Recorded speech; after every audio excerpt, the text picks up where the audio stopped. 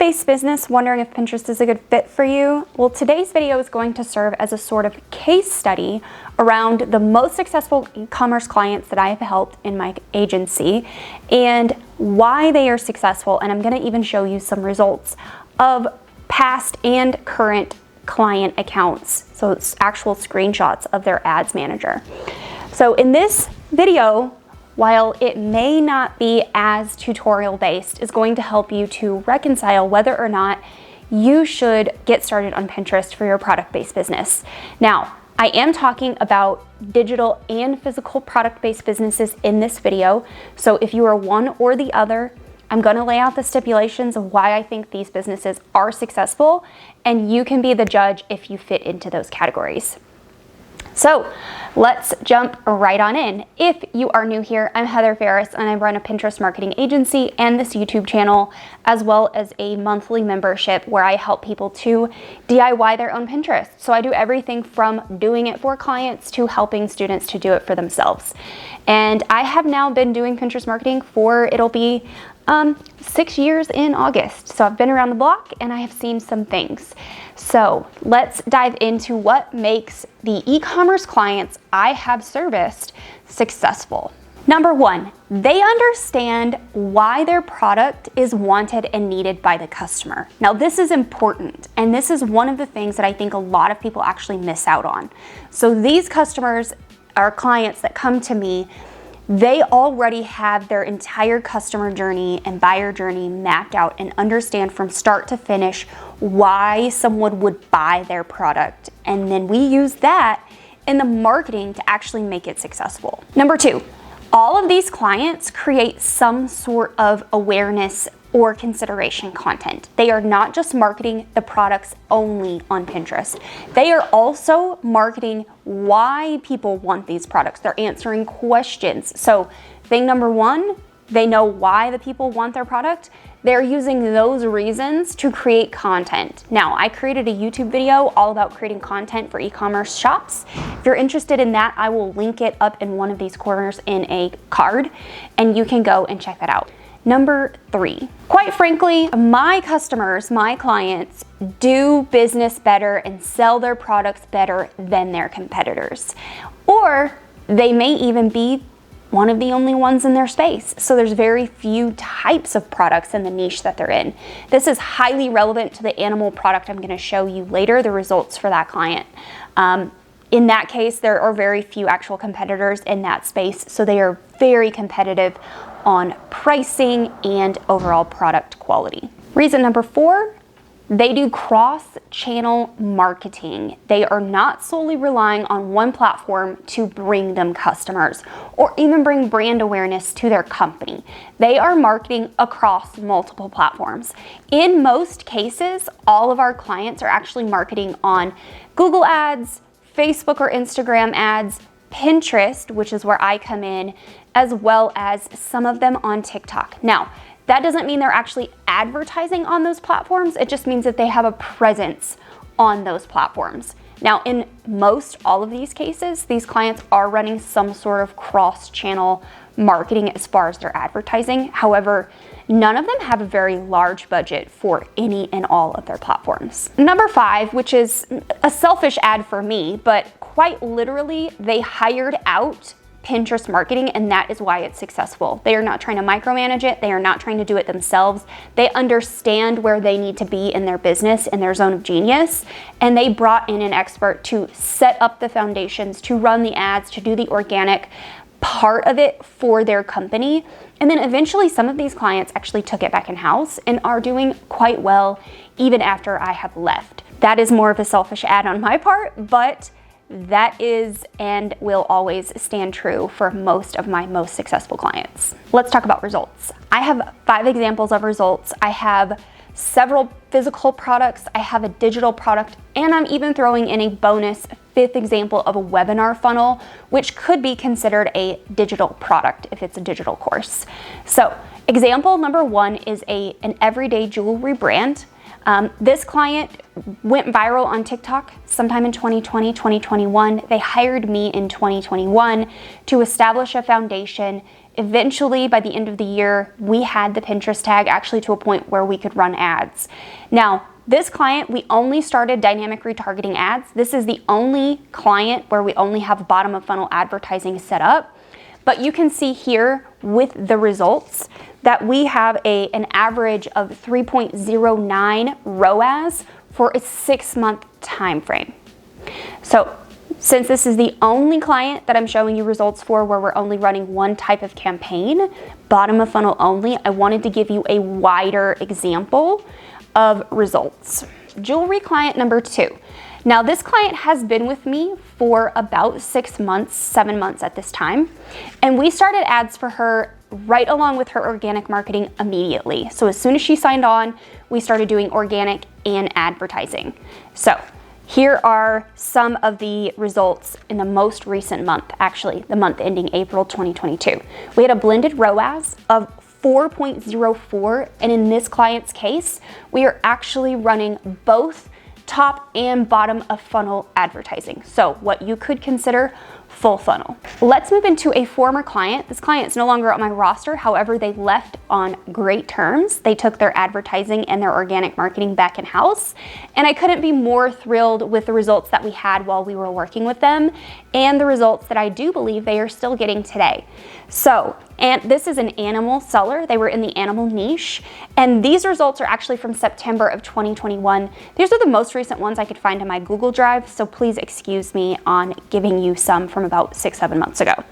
However, we were running full funnel ads. So we were running conversion consideration, catalog prospecting, and catalog dynamic retargeting. So all areas of the funnel and the buyer journey, we were running advertising to them. The average ROAS for this client is actually month over month 4x. So anywhere from 4 to 10x, honestly, it depended on the month. However, the results that I'm actually going to show you here are 6.26x for ROAS, meaning we made 6.26 times more than we spent. And these were from September of 2021, which is one of their busiest months of the year. Now, we were actually limited in the amount of money we could spend on their ads every single month to less than $3,000 a month. So we were always coming in right around, I want to say $2,500, but don't quote me on that math. I want to show you a digital product seller. This is the first digital product seller. They actually sell printables that you can print out and use on your own. Now, I'm not going to give you the niche because that might give away the client. However, this client, we are doing both their organic and their paid advertising. They are still on my client roster. And in her busiest month, which was in January so far of 2022, we will have yet another busy couple of months here in the summer. We had an 8.36 ROAS. So here are the results for that digital product seller. And we also run a complete full funnel strategy for her as well. Now, one thread that you will see across all of the results are that they are almost always full funnel. This is where that content that I was telling you about earlier and why those clients succeed is so important, because we can take that awareness content and plug it into top of funnel ads to get people interested in your products. So the final result, and I want to go ahead and give you a little bit of a warning, the client actually installed the wrong event code, even though we told them which one we wanted installed.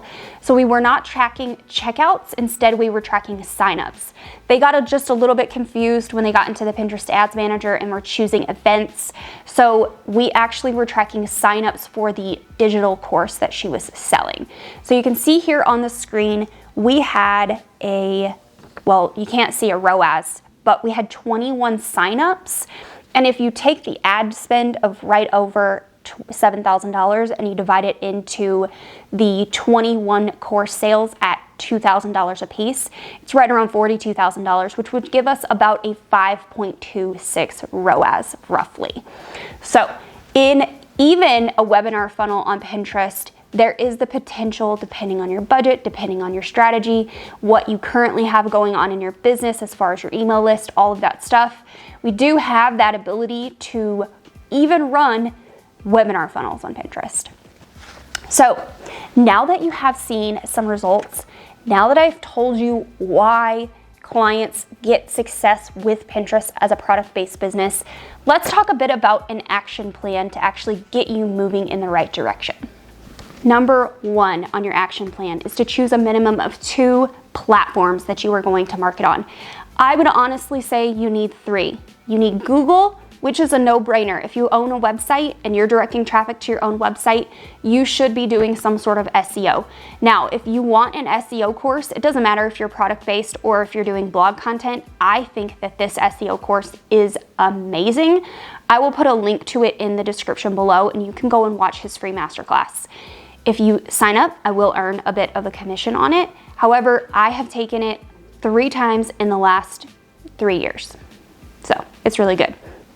Okay, so aside from Google, I would say Pinterest and TikTok would be a really great place for you to be as well. And before you cut me off and you're like, no, I don't want to do TikTok. If you're doing Instagram Reels, you can do TikToks. In fact, I think TikTok is way better than Instagram when it comes to getting reach and getting new customers. One of these clients that I outlined, 2 of them actually, went viral on TikTok, and that is what jump-started their entire business. So you definitely should be there if you are considering a short-form video style content. Now, I always would pair this with an email newsletter. I'm not considering that a platform. You should just have a newsletter regardless of what kind of business that you run. Action item number 2. Establish yourself and your foundations on Pinterest. I have plenty of content on this channel for you to do that, including my entire beginner playlist. So if you are interested in getting started on Pinterest, you should definitely establish your foundations as far as your profile. That includes getting your profile boards created, the SEO established within the board titles and the board descriptions, and then getting your profile branded. And then beyond that, it's claiming your domain, getting your verified merchant status set up if you have one, getting your rich pins turned on, all of that stuff. I have content to walk you through all of those foundational steps right here on this channel. And if you have any questions on that, leave a comment down below and I can always point you to the videos that you are needing specifically. Number 3 goes right along with number 2, and that's if you are a product-based business and you do have products that you are selling, whether digital or physical, that is to apply for the Verified Merchant program. Now, this program is limited to people in certain countries. I do have a blog post all about Verified Merchant status, as well as a video that goes along with it right here on this channel if you want to learn more about being a Verified Merchant and what is involved in that application process. It's a very detailed video and includes links to apply and what to say if you get rejected. So I will also link that down below. Step number 4, depending on your conversion tag when you set up your Pinterest account, if you are an e-commerce business and you're running advertising on another platform, what I would like you to do is get your Shopify or your Pinterest tag installed. This is your pixel, the equivalent of your Facebook pixel. I would get that installed on your website, your shop, ASAP. It doesn't matter if it's just a website and you're doing webinar funnels, or if you are selling digital products and you have a store. So one of the clients I outlined the examples, she sells digital products on Shopify and she has a verified merchant status with a shop tab on Pinterest. So get your shop tab set up and then apply for the verified merchant status. And then once you have your tag installed on your site, wait about 30 days, and that's when step number 4 comes in. So depending on your conversion tag, you are going to start a dynamic retargeting campaign or a prospecting campaign. So here's the stipulations. If you have 50 to 100 event fires for checkouts or add to carts in 3 days, then I would say go ahead and start a dynamic retargeting campaign. Start it low, $10 to $15 per day. Open your window way wide. 180 days is the start and 0 days is the end. And then use site visitors for what you're gonna retarget. You could also set up like lists of people where you could retarget maybe people who've checked out or added to cart. However, your conversion event is going to be either the checkout or the add to cart. Can't be both.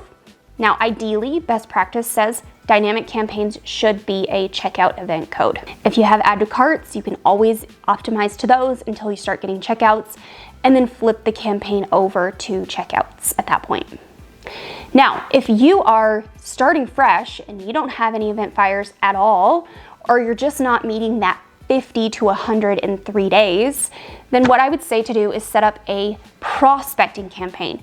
You can do this if you are a digital or physical product seller with a shop, through catalogs or a conversion campaign.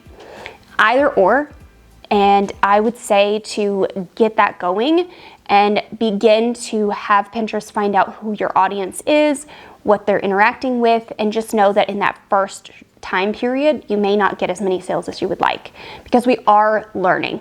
It's brand new, okay?